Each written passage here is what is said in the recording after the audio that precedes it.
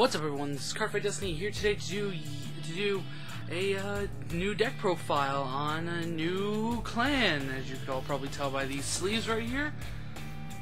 This is probably going to look as generic as it can be, because pretty much everyone's going to be running this build until March, and then when March comes, everyone's going to be running that build.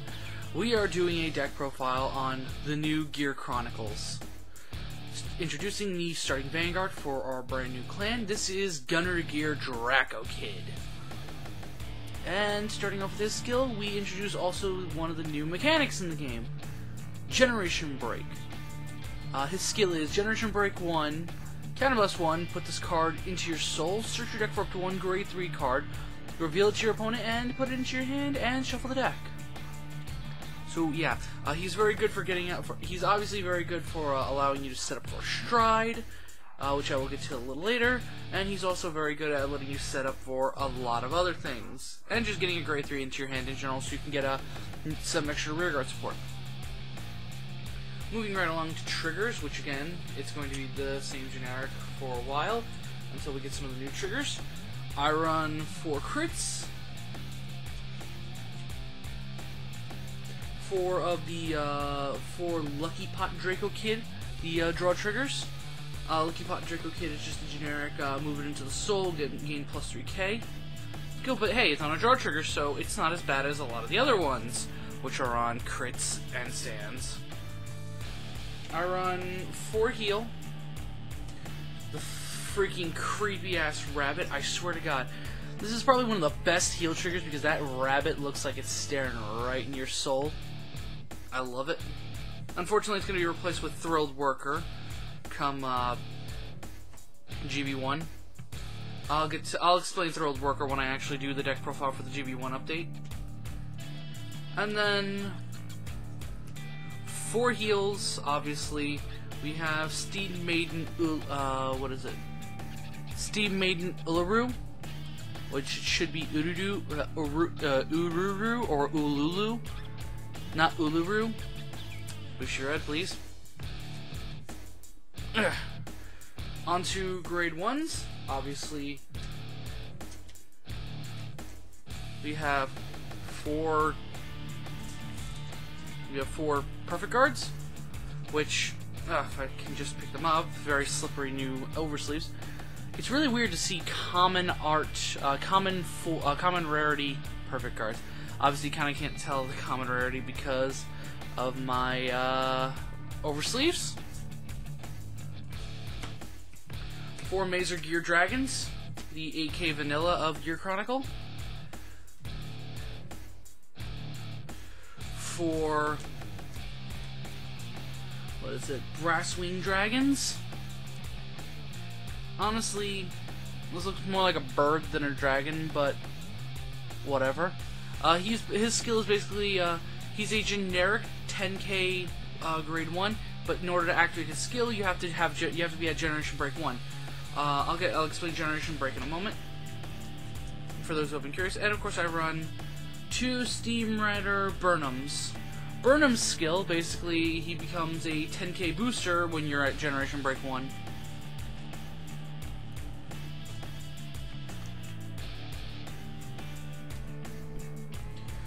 Onto grade 2s, I run 3 Smkegear Dragons, the 10k vanilla of the clan. Honestly, there's nothing really else to run. I tried running the a special interceptor for Gear Chronicle, and it just didn't work out in the end, alas. I run 4 Twinmaser Dragons. Twinmaser Dragon is the same as Brasswing Dragon. He is the grade 2, he's the grade 2 12k attacker, excuse me, when you're at Generation Break. And 4, Steam Fighter Amber. Let me get to the holofoil. This is our second holofoil. I didn't show the first one, which was the Luckypot Dragon, the draw trigger. Yeah, in trial decks, triggers are, you get 4 in trial decks you get 4, you're gonna get 4 holos now. 1 trigger, 1 grade 2, 1 grade 3, and your G unit. Anyway, Steam Fighter Amber skill, Generation Break 1. Counterblast 1.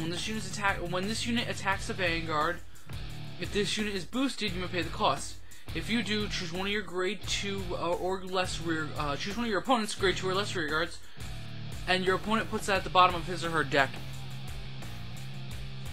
Basically, Gear Chronicles' main mechanic is sending cards back into the deck to annoy your opponent.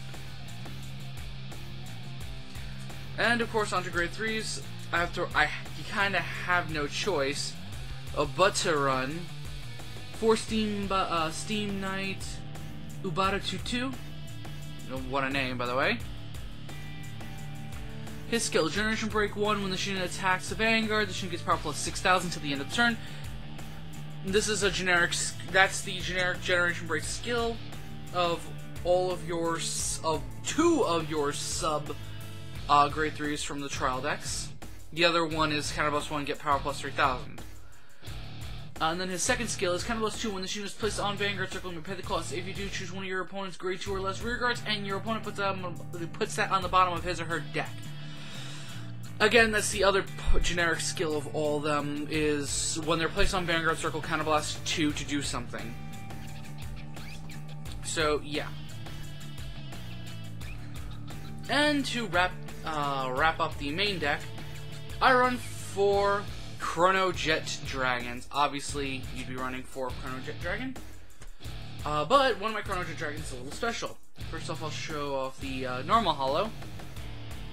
There's the normal holo Chronojet Dragon, and then of course you have the signed art Chronojet Dragon.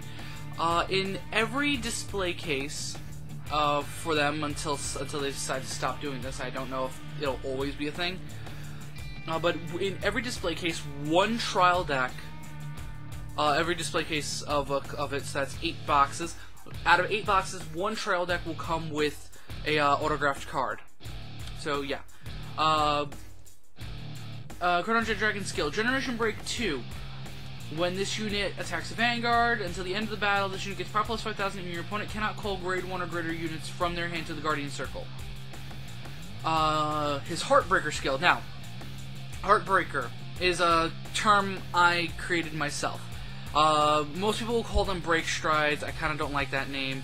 So I thought up my own name, which I call Heartbreaker, which is basically just a unit whose skill activates when they are moved from Vanguard Circle into the heart, which I will get to in a moment. But his Heartbreaker skill is Counterblast 1. During your turn, when your G unit strides, you may pay the cost. If you do, choose one of your opponent's rear guards, any grade at all. Your opponent puts that at the bottom of his or her deck. So, yeah, that's that. I'll keep that over there for now and bring in my G units. First and foremost, the reason I'm showing you the sleeves isn't just to show you my G unit sleeves, because I love these freaking sleeves, but also to prove a point that your G zone can be in separate sleeves. They don't have to be in the same sleeves as your Vanguard. They don't have to be in the same sleeves as your main deck, because G units do not move off. G units do not go anywhere besides the G zone. If they are moved into the soul, as of right now, the only way they can be moved into as of right now, there is no way for them to be moved into the soul, because the only way, as of right now, the only way that they could even get moved into the soul is when Pellinor, the Gold Paladin unit, his superior call skill activates, which is when he's called to Rearguard Circle from the deck. You can ride him on Vanguard.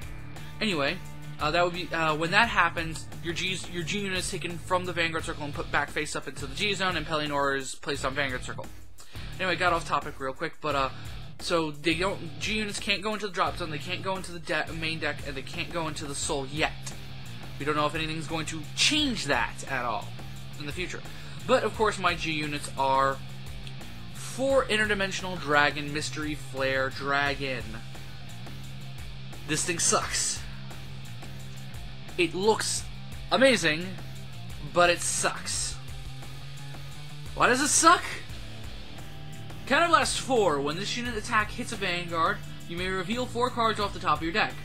If the revealed cards have 4 or more different grades, you may pay the cost. If you do, you get an additional turn. If you had revealed cards, shuffle your deck. So basically, when his attack hits, you have to be at 4 damage. You have to have 4 active damage, which is impossible in this deck to begin with. Counterblast 4, you reveal the top 4 cards of your deck. If all four of them have different grades, then you can. If I said you counterblast 4, excuse me for a second. It's you have to have 4 active counterblasts. You reveal the top 4 cards of your deck.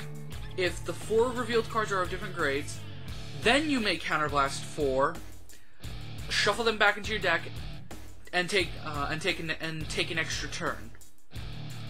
So the only way this thing can only go off on the bluest of moons. So don't ever depend on this thing going off.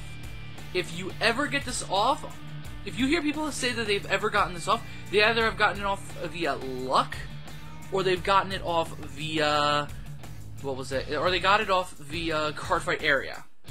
Where on Cardfight Area, which is a online Vanguard battle simulator for those who don't know, its deck algorithm is worse than Destiny's RNG system. I'll put it that way. Now, to just give a quick explanation on what I meant earlier when I said when your Vanguard is put into the heart. Basically, when you perform Stride, you have to discard cards whose total grade level equals 3 or higher. So you can drop a grade 3 unit, a grade 2 and a grade 1 unit, 2 grade 2 units, 3 grade 1s, and then any number of grade 0s you want to drop just to drop grade 0s, and then Stride. When you Stride, your Vanguard is, you take a G unit that's face down from the G zone, and you place it over your Vanguard. Your Vanguard, while yes, technically is under the G unit and would be considered in the soul, is not in the soul. He's in what's called the heart. So that means when you do Soul Blast skills and you take cards out of the soul, you cannot take your G unit, you cannot take your current Vanguard that your G unit has stridden over out of the soul at all. So there's that. Next up, when you Stride, your G unit will then take the base stat power of your Vanguard and add it to its own, and also it will take its name. It does not take its effects. So that GB2 skill will not fire off. So there's that. And lastly, onto Generation Break skills. So Generation Break skills activate when you have an active G unit face up in the G zone, or face up on Vanguard Circle, or both. So on the turn you perform your first Stride, any unit with Generation Break 1 skills activates. On the second turn you Stride, when you have a second G unit now, face up on the Vanguard Circle and face up in the G zone, any unit's GB2 skill activates except for the heart. The reason I'm putting emphasis on this will be made noted in my next deck profile, but just to explain it now, a unit named Altamile in Royal Paladins, as well as the G unit, as well as the Heartbreaker for my next deck profile, have continuous skills that beef up units. Unfortunately, when they go into the heart, neither of their skills will go active. So anyway, that's pretty much it for the deck profile. I went into a lot of detailed explanations. I'll probably do a more detailed video just explaining Stride, so people don't have to watch this video just to hear me explain Stride. But that's pretty much it. Overall, how would I rank this deck? Right now, this deck is bad. Its G unit is atrocious. If you plan to build Gear Chronicles, get yourself a playset of Harmonix Messiahs, and just keep these just to pay for G Assist. Hence why I'm going to do a later video explaining the G zone and the G units, G zone, and all that stuff, because there's a lot of new mechanics that were introduced into this game that you people need to learn. A lot of you people.